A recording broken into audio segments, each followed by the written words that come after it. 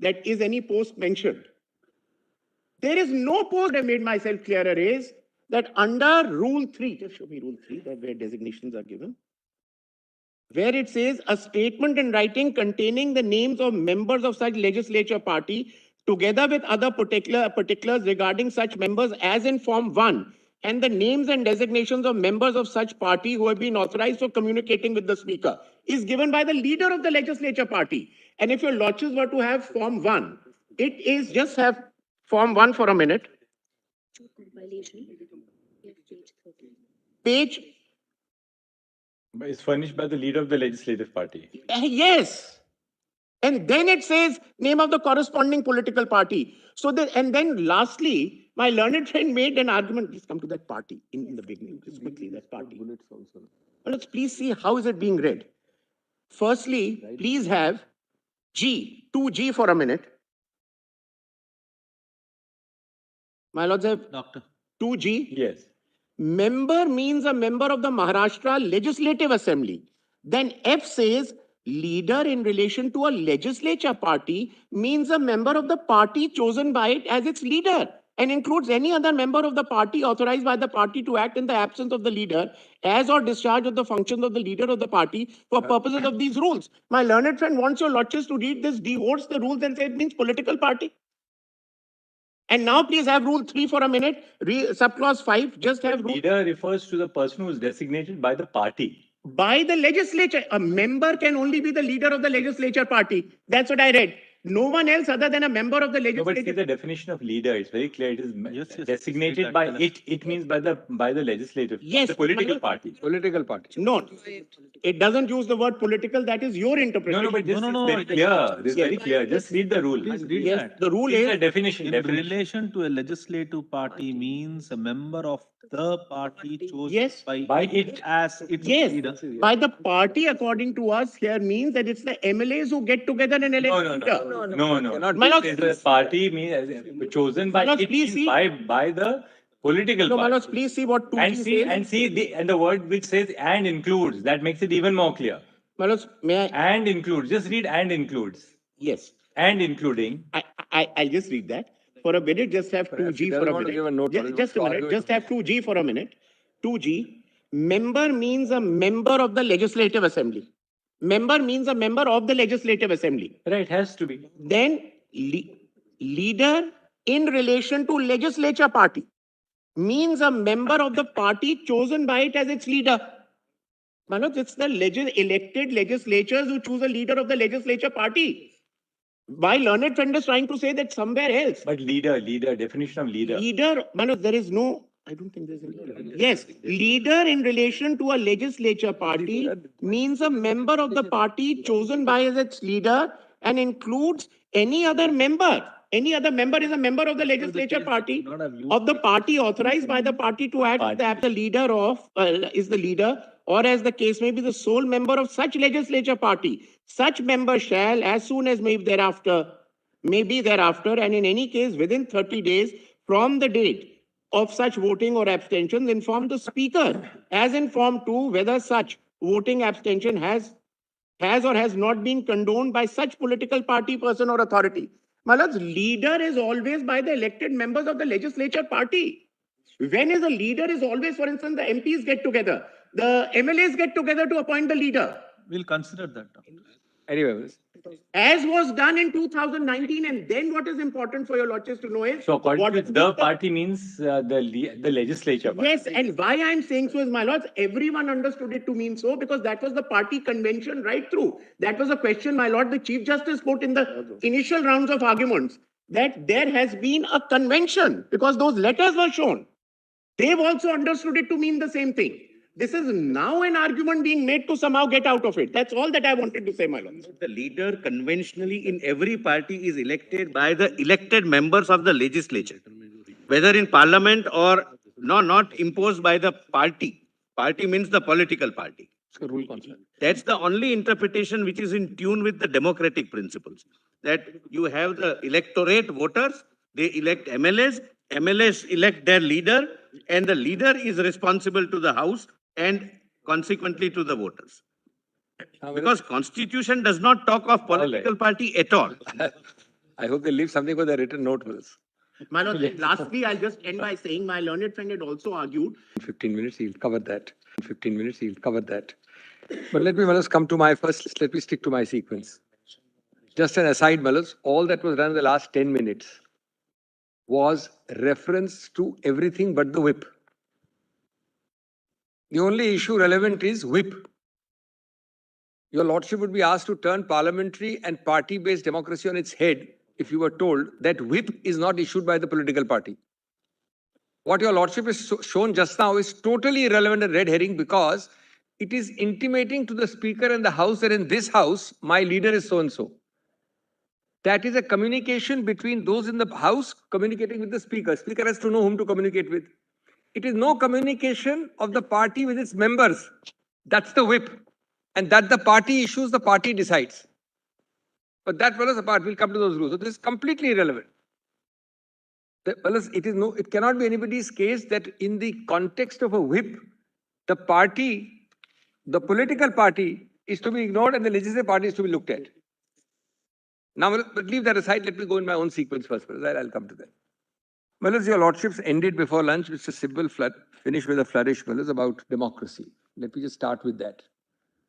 Well, according to my respectful sir, I'll come 7, 8. You follow the same note, Dr. Singh? Now, on the note, I have an apology, little bit of a mix-up. The note, my note came to me in the morning. I corrected it and sent it back. Somehow it didn't go through. So they have filed by mistake the old note, which I had not corrected.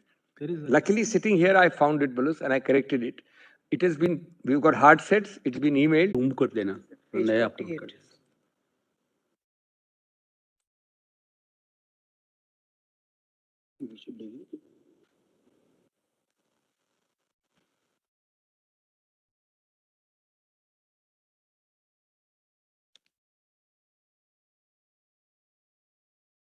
Let me just summarize orally and then I'll come to the note because it will be much easier to follow the crux of my submissions.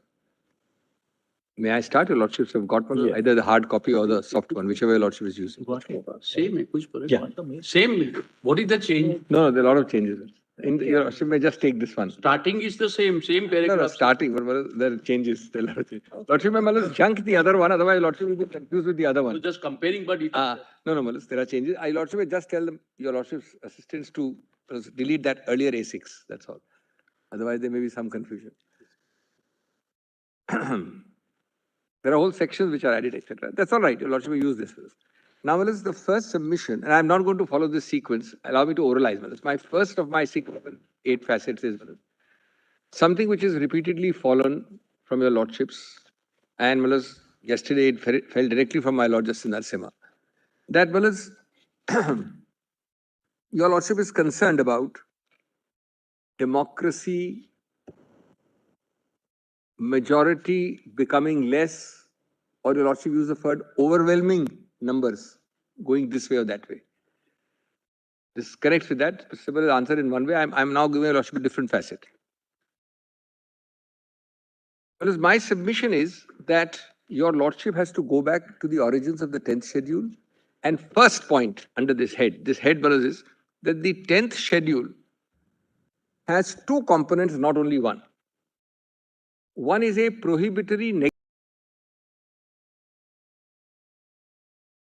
It is my respectful submission that it is vital for your lordships to give effect to both negative and positive in letter and spirit. Because your lordship is actually implementing the constitution. And some of the arguments of the other side have bordered on suggesting that a mere, I'm using the word mere advisedly in comparison to a constitutional text, a mere symbols order will be competing with a constitutional text.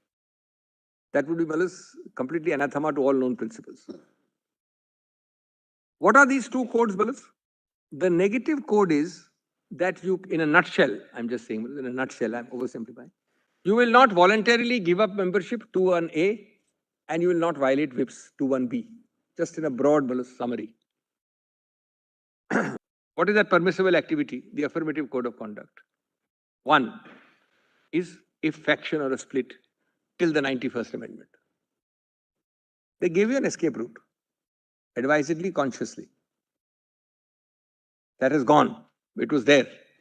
So, the constitutional framers thought that along with a negative code of conduct, so as not to stifle you completely, we give you an escape route, exit route of faction or 1/3 or whatever it was called.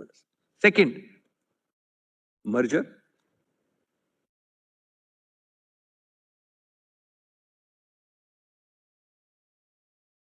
Third, and this is actually the most important part of 10th schedule. Well, as elections, barring a few cases, in the days of 1960s, etc., there used to be a very strong, large number of independents. Independents have now dwindled.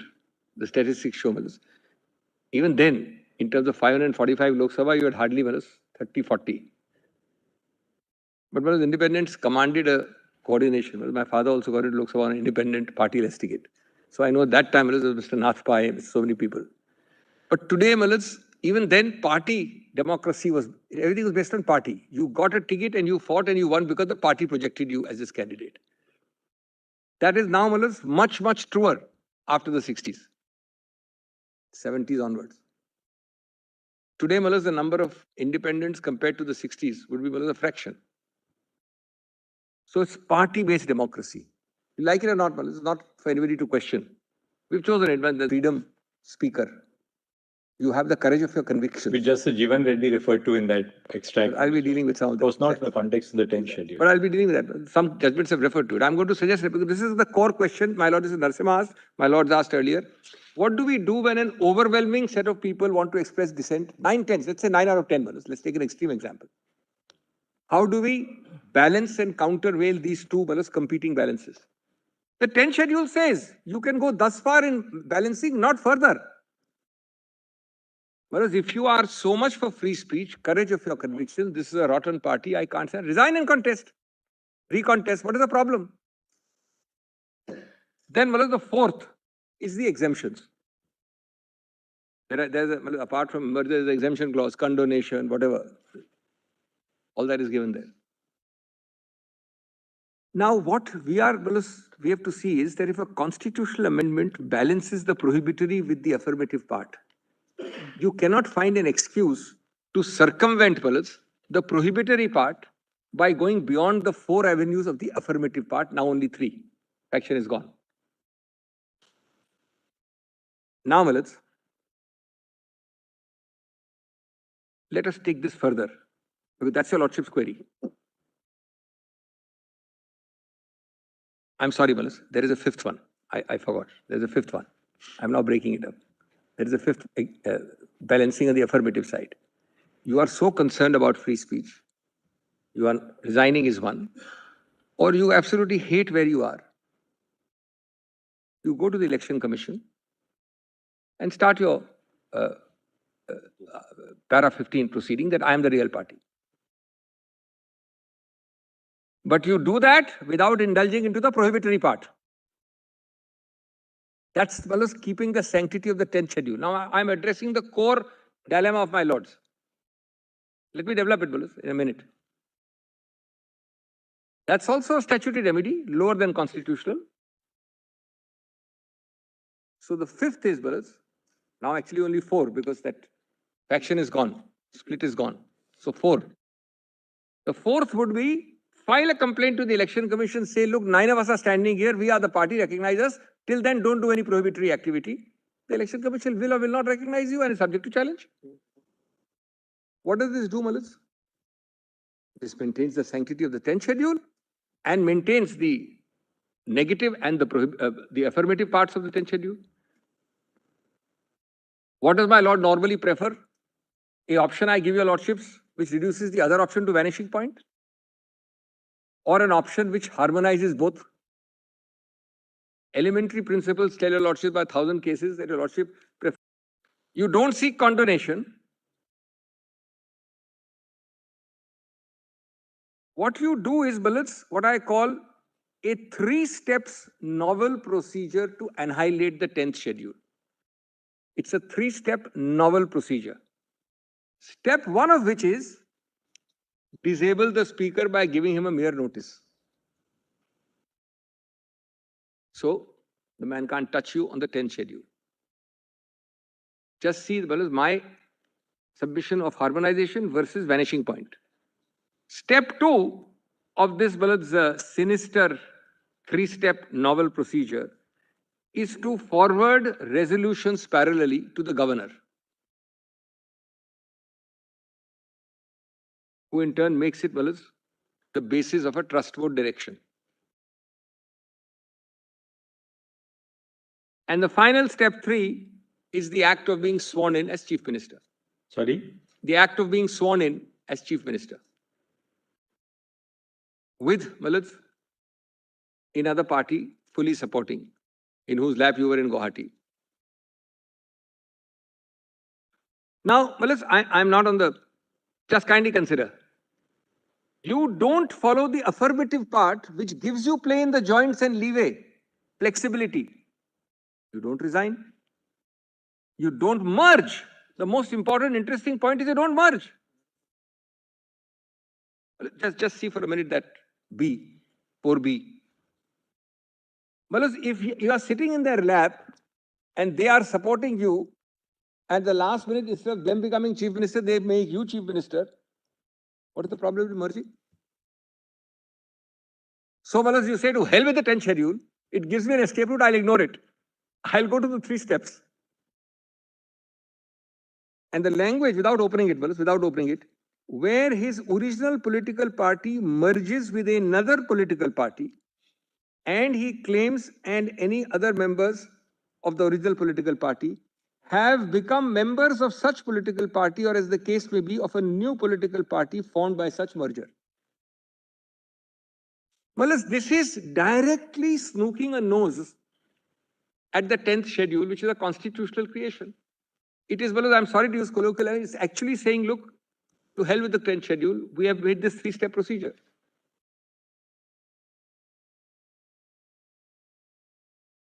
Why on earth could you not recontest, resign, merge, or the 4th one? Condonation, I'm not getting into, that's another one. Go to the Election Commission and file a complaint then. On 21st, instead of Surat and Guwahati, why did you not file the Election Commission? So this is the first answer. This is one of the best answer at least I can give to the direct question, but there is a consequential answer further ahead. I'm putting it against myself and trying to answer, because I put this question to myself and Lordship asked it yesterday. Now, a possible argument will be twofold. That is no argument, because how it works in actual law, a fact is not an argument against me. If the law is a prohibitive and a affirmative, then you jolly well follow it. That's the object of creating a constitution. But now I'm giving an answer against me, even though it doesn't arise in law. The answer is, what happens, Mr. Singhvi, if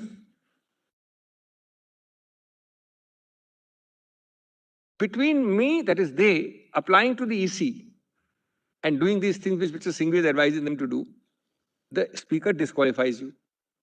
I'm putting it bluntly against myself. His first answer is, so what? Why was the 10th schedule created, Is the speaker doing something unknown to law? But there's a better answer. If he disqualifies you, there is full judicial, this is on the basis wrongly. There is full judicial review. No, you can't, your lordships can't find a solution to everything which the Constituent Assembly, the Constituent amending people did not make. What is this answer? That what do? I will be disqualified. Well, jolly well you'll be disqualified because the 1985 framers gave this power to the speaker.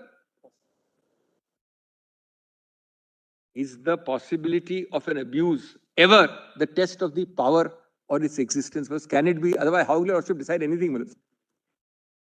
Yes, that phrase comes from Rajnarayan versus Indira Gandhi. Possibility of abuse is not the test of power. Give that citation. Hindustan judgment. Hindustan construction, some judgment is there. Also Hindustan construction. Abuse of power cannot be there. Your lordship should judge everything. Oh, what will happen? What may happen? But that's not the question. Here, and your lordship is talking of lesser cases. Here, the constitution was amended to give this power. And the apprehension is, I will not go on 21st to speaker, to EC. I will go to Guwahati because I'm scared of a disqualification. Now, let us look at the second. I'm giving a lot of extreme examples against myself. You have a full review possible. My review is much more truncated. It takes 1 year for me to get this hearing before your lordships. Your review is immediate on a wrongful decision. against the speaker. And your lordship knows Kyoto says, after final decision of the speaker, you will get a stay of that. You can't get a stay while he's deciding. You can get it afterwards. Of the disqualification also. Only a quia is stopped. You're comparing that with what? With the fact that if you don't do this and stay and make the 10th schedule a dead letter and install a new government on the basis of ignoring the 10th schedule, that is much less reversible by sheer passage of a few days than your right to challenge. Today, what is the whole argument? It's a scrambled dead, it's a fake accompli. Your lordships can't reverse it. It's 1 year down the line. That's the real argument today. That's the argument we are facing.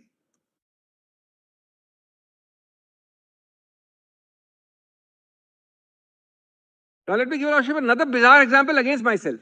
These are not normal examples. Whereas I don't know of, except a very few number of cases, where you have the courage of conviction to resign and recontest. New election. And the speaker, there may be bizarre cases, I don't know. Speaker said, no, I disqualify you. How long will it take a court to give a stay of that order, Malas? I mean, your lordship is dealing with these cases on and off every day, Malas, in some form or the other. But here, Malas, none of these 4 or 5 possibilities is allowed to be tried. Because you adopt a 3-step procedure to annihilate the 10th schedule.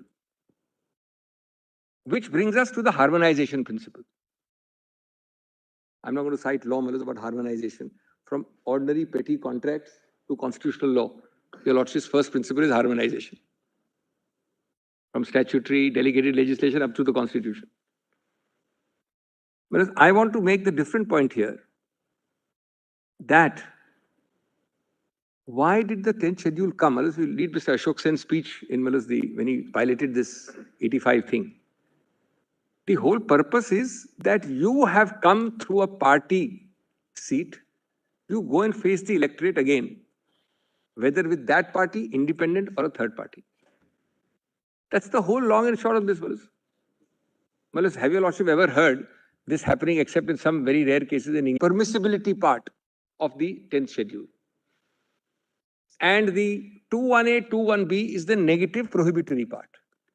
You can do all these 4 without doing the negative part. For the negative, you don't have to violate the negative part for any of these 4. I will say, even if you go to the election commission, you don't have to violate a whip. You don't have to voluntarily give up your party. You say, I'm on principle, please decide this. So, in other words, you are saying, other than those 5 instances, 4 now. Everything else falls within the net of 10 schedule. And one more thing I'm saying. That 10 schedule, absolutely correct. And the 10 schedule has both parts. It has those 4, it has a negative. It creates a whole code by itself. Harmonization means that your lordship will adopt my submission and interpretation because it harmonizes the negative and the positive. Now for 30 seconds, see if your lordship does not adopt the harmonization principle. The only thing a lordship will have to validate is a 3-step procedure. There's nothing else, Malas. It's staring a lordship in the face. The 3-step procedure, I want to ask myself, Malas, in which case will the 10th schedule bite? Let's, Malas, be very blunt. What your lordship will do is your lordship's domain. But today, your lordship's other option, other than my option, which I am submitting most humbly and respectfully, is adopt the 3-step procedure or validate it or recognize it. But then how will 10th schedule apply? It cannot. And then, Malas, your lordships would be actually adopting an interpretation which reduces the 10th schedule to vanishing point. Actually vanishes, then vanishing point, it vanishes. Every case of defection, I will say, I'll not resign. I won't go to the EC. I won't merge. Merger is given to you by the para 4 of the 10th schedule. I will not do it. But, as your lordships was told, I am the party, I am the overwhelming majority, I am the main person, I am it. I am it. Therefore, to hell with the 10th schedule. So, Malas, on principles of interpretation and much more so of constitutional interpretation than even statutory, this is a much better way to look at it than, Malas, the contrary view. Because your lordship, Malas, gives meaning to both sides and your lordship does not adopt something. What is this other adoption which is propounded to your lordships? On the high moral principle of democracy, dissent, free speech. Each of my 4 options gives you that option. So what the 10th schedule does is, it says, I am giving you a free speech option. I am giving you a democracy option, but within my own terms. I'm not giving you a jungle Raj free speech and democracy option. Otherwise, why would I enact a 10th schedule? See, but merger, Dr. Singhvi, was not an option open to them because they were not claiming to merge their party with either the BJP or any other party. With respect, I'm sorry to interrupt. Why not? So, merger was not an option. No, it was an option. They did not choose to exercise it. You're right, you're right. That's correct. It's an option. They chose not to exercise an option. In the abstract, but they were not following the merger route at all because it's not their case that, look, this part of the Sena That's exactly my point. With another party. That is not That's clear. exactly my point with greatest Then humility. the only point is that in a situation like this, where they say that we have lost faith with the leader of the party, Yes. then the only option according to them, according to you, is that you resign and recontest. No. I will stick to my 4 options. That's I'll say all the 4 options are available. No. What do they do then? No. Whereas resign is one. Right. These 9 people will merge with another political party. Why not? But the fact that I don't exercise an option that is not an option because merger means that their political identity as the Shiv Sena is lost there. Well, then in that case, if the 10th schedule says that I recognize only this path of exit from this room, you can't say I'll make a new tunnel to get out. But Dr. Singh, he can't make part of your argument is a problematic argument. I'll tell you why. Because your argument postulates that if you have a dissension, then the only way you can express the dissension is to leave the party and merge somewhere else. They say, sorry, we don't want to leave. I mean, ideologically, I am a Shiv Sena man. I don't want to leave, he says. He says, I don't want to leave the party. So as per kindly your see, argument, kindly see the consequences. even if somebody applies to the election commission at the initial stage, So remain a member, be a part of it, and contemporaneously vindicate your principle. Absolutely. I just see the reverse of it. But just consider how it will apply. You first topple the government, then you go to the EC. And why did you write the 10th schedule? that we understand. No, and also, apropos my Lord Chief Justice query, are you harmonizing or not? One more thing. The fact that you don't choose consciously not to exercise an option does not mean you can wish away the option. The option is a constitutional option. It's a constitutional option. It's as equal to split as it was earlier. You don't exercise it, it really amounts to saying this, I want to avoid the 10th schedule. So I will put blinkers and close my eyes to 4 options available. 4 constitutional options, the 5th one is deleted. And I will choose a new option, which is only the 3-step procedure. First, disable the speaker. Second, approach the governor. Third, be sworn in. See, the negative prohibition in the 10th schedule is twofold. 1, voluntarily giving up a membership. And 2, defying a whip, 21A, 21B. The 10th schedule certainly does not have any provision by virtue of which there is a prescription if you do not give voluntarily, if you do not give up the membership of the party, and yet exercise the right of working your remedies within the party. Then you cannot be held to be a defector. Right. And that is the whole purpose. You were elected. But that's exactly the case, no? No, but then in that case, why did you enact the 10th schedule? 10th schedule is not saying that Article 19(1)(a), just see 194, very interesting article. It is not saying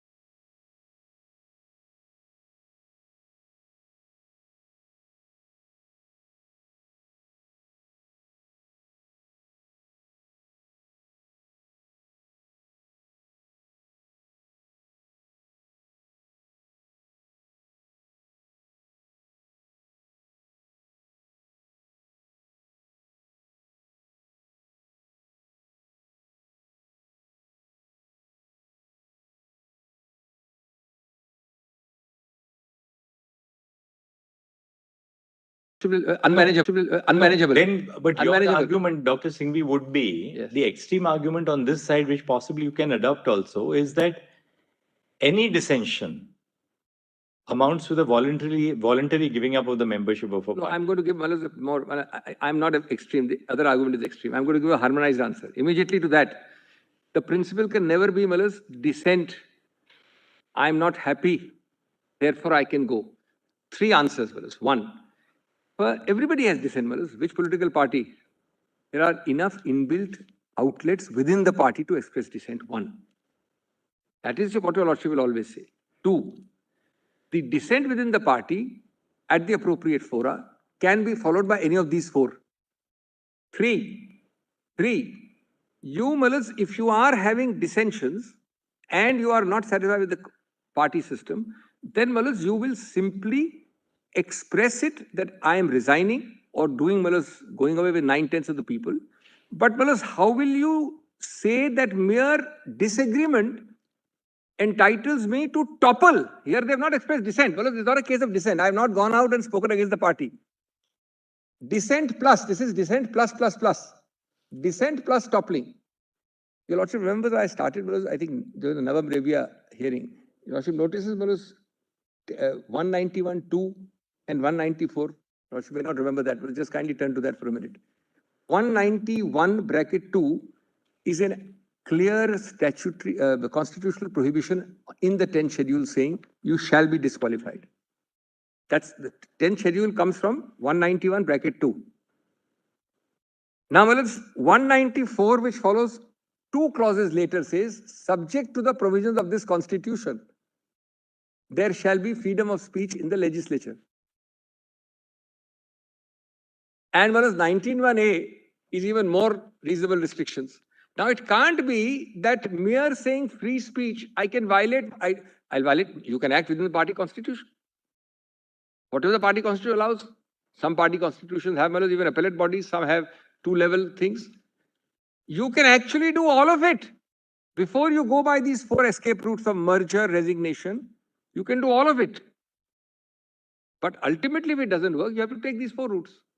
And 194(1) makes it clear, subject to the provision of this constitution and to the rules and standing orders regulating the procedure, there shall be freedom of speech in the legislature of every state. This is not an open-ended charter. And plus, kindly see the consequence. Dr. Singhvi, according to you, when does the governor then order a trust vote? No, the governor has no role at all. In such a situation, governor, first answer your lordship is when the government is formed. Or when the government is about to be formed. That's the inception argument. The governor will never come into a 10th schedule situation. It's what is the lordship considering? An intra-party dispute.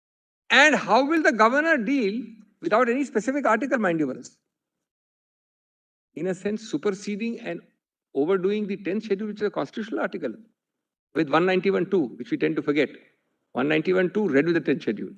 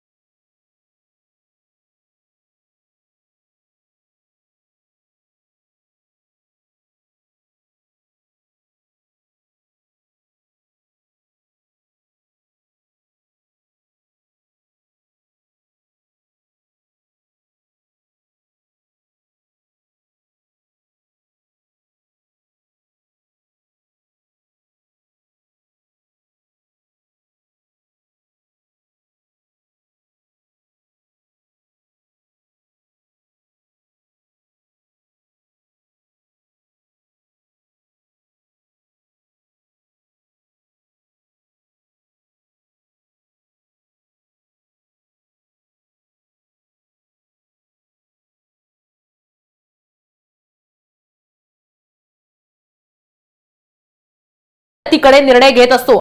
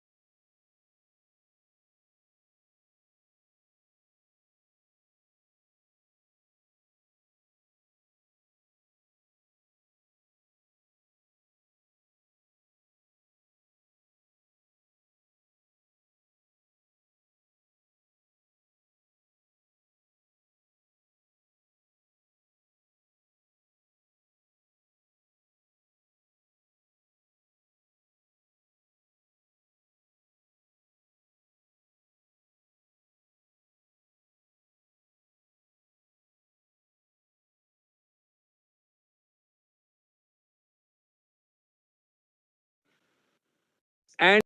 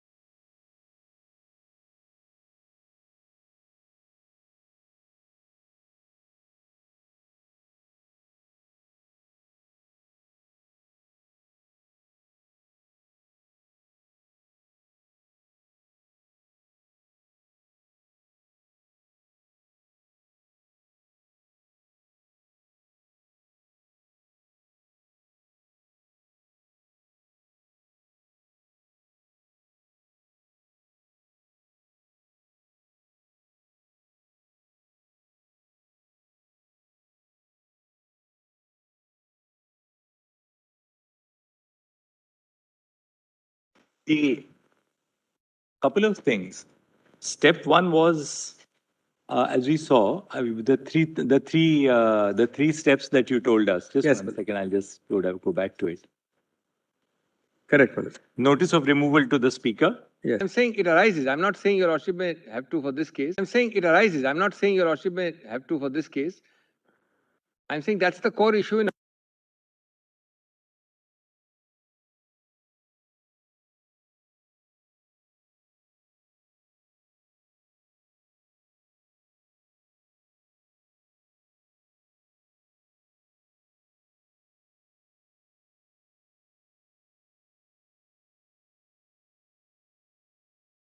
Of course, No, I'm saying, Manoj, it's an issue. Which the governor asked for a trust vote. Yes.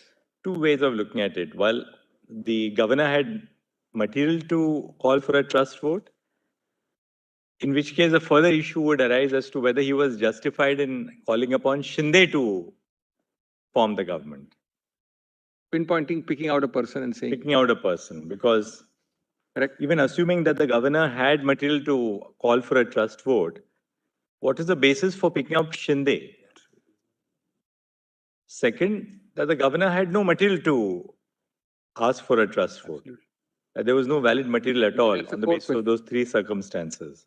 That's a core question. And Manoj, that goes to the heart of the matter. If I may digress for 30 seconds, Mr. Tushar Mehta was right when he quoted the couplet, but perhaps didn't realize that the second sentence applies against him. He quoted Bashir Bhadra to say, "Chup rahe to गलत फहमियां और भी बढ़ी, उसने वो भी सुना जो मैंने कहा नहीं, उसने वो भी सुना जो मैंने कहा नहीं." Well, the governor in his letter at 326 PDF talks of a resolution to exit the government, which doesn't exist at page 55 of the resolution itself there. So he's hearing things jo The resolution doesn't say that we are exiting the government. Yes. So he heard something. We had wanted to. Well, I found a more appropriate one for Mr. Mehta. I found a more appropriate phrase for Mr. Mehta, not Bashir. So really, question was whether there was a valid exercise of power by the governor to call for a trust vote.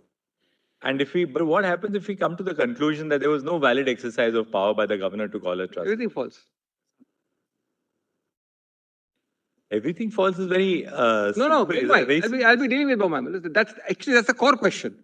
Your lordships is saved a lot of unnecessary exercise if your lordship comes to that conclusion plus follows Bomai, which in any case is. So then you, according to you, what? We